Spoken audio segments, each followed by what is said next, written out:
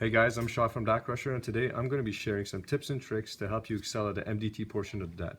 Not going to waste any time, so let's just get into it. Your soap is going to be marked with 4 criteria in mind: smoothness of planes, angles, symmetry, and accuracy of your measurements. Now, little things have the ability to make or break a soap and set you apart from other candidates. In this video, I'm simply talking about a couple useful tips that I, along with many of my classmates, use to excel at the MDT.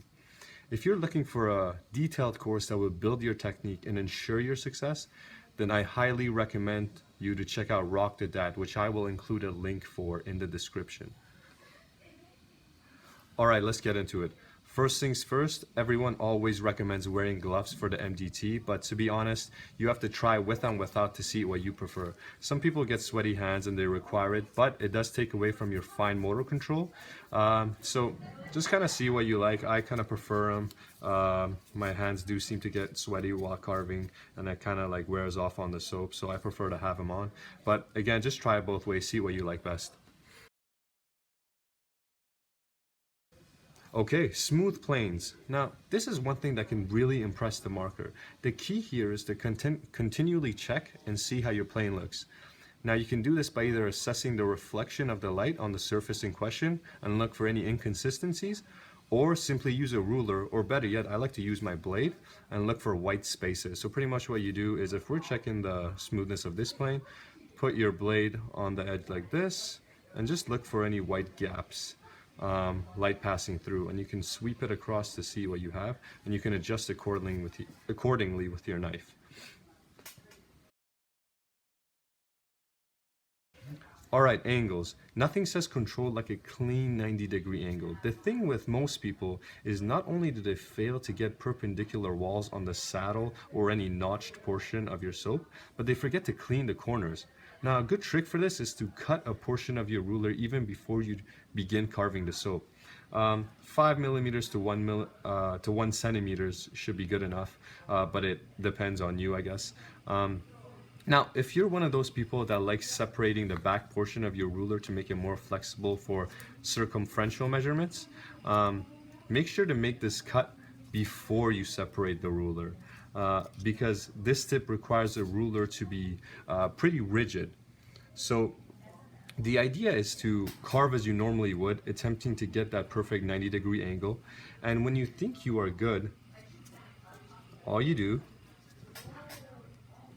is simply line up the piece of ruler with the edge of your wall, like so, and generously swipe it across. Not only will this clean up any debris present, but it will actually carve a little bit of soap to make it match the geometry of the ruler, which we know for certain is 90 degrees. Doing this a few times can help you achieve that perfect wall, but don't rely on this tip alone. Your technique will dictate the quality of the angles at the end of the day, but this can definitely be used as a helpful tool. And again, you can also use it on any notched portion. It doesn't have to be just the saddle. It really helps in creating those 90-degree angles.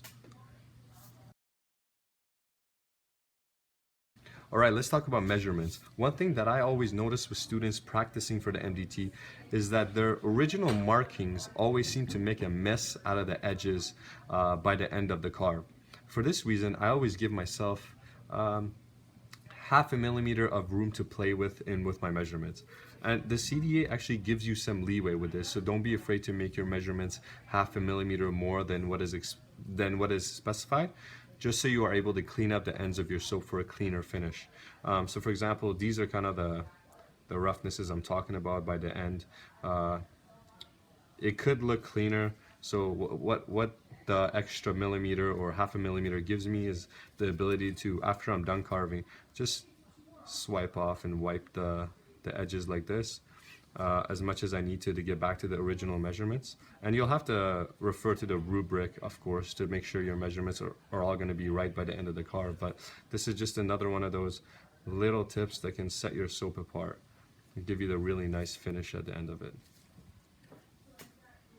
Because even though cleanliness and presentation is not listed as a criteria for marking, trust me when I say it is able to make a huge difference in the minds of the markers. Hopefully these tips will help in giving your soap that extra boost, and be sure to check out our unlimited MDT evaluators on DATCrusher, which allow you to seamlessly upload pictures of your finished carving and receive detailed feedback from our team of highly experienced students and instructors. Wish you guys the best.